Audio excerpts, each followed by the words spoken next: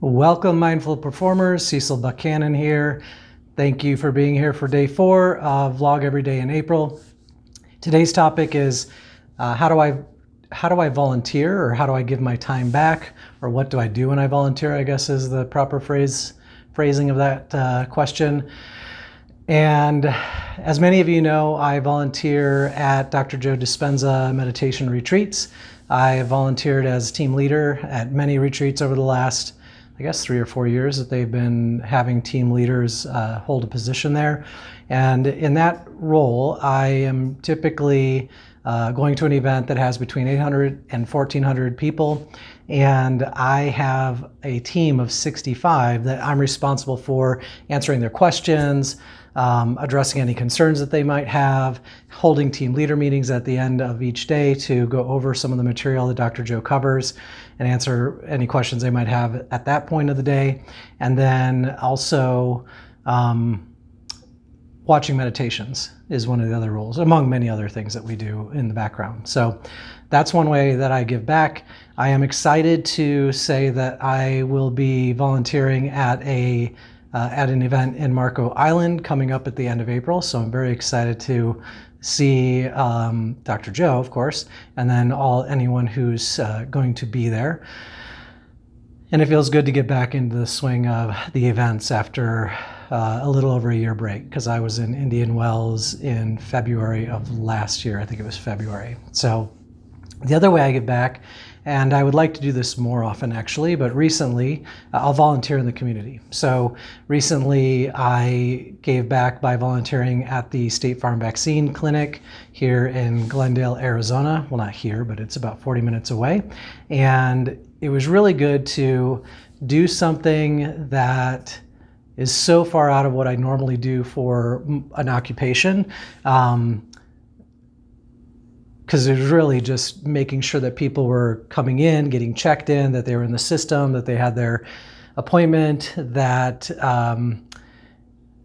they had signed everything, all of those things, and keeping everything running smoothly as they had people go through the vaccination clinic there. Because, I mean, it's a massive undertaking that they're doing at all the stadiums, or not all the stadiums, but a lot of the stadiums here.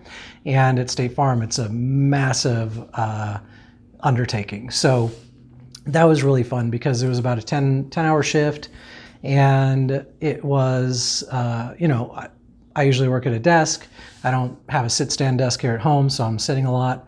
Not that I like that, but the volunteer opportunity was on my feet the entire time, doing something that I normally don't do, interacting with people that I don't know, and really seeing just how varied our population is. And it was kind of cool to see that and be reminded of that, especially after being closed in for an entire year, to just see everybody coming through and everyone being so grateful that the vaccine was here, and being so excited, yet some nervous, that there was a light at the end of the tunnel. So it was really cool to witness that and to help with that.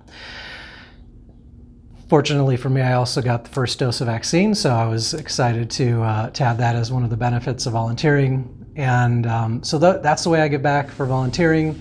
Let me know how you give back in your community in the comments below, or if you have other ideas of or about giving back. I was listening to a book today called Awareness, and the author had an interesting point about giving back and how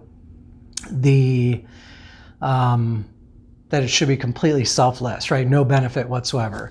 And he gave the example of a saint is a saint until he knows he's a saint, or something like that. So, and I know that's a far cry from volunteering, but it was an interesting take on giving back. So, but of course, in our society, this is typically how we volunteer, and those are 2 ways that I give back on a regular basis to the community. So like and subscribe if you enjoy this video, and of course share it if you know anybody that might be interested in this topic. And I hope you have a great rest of your day. Thanks.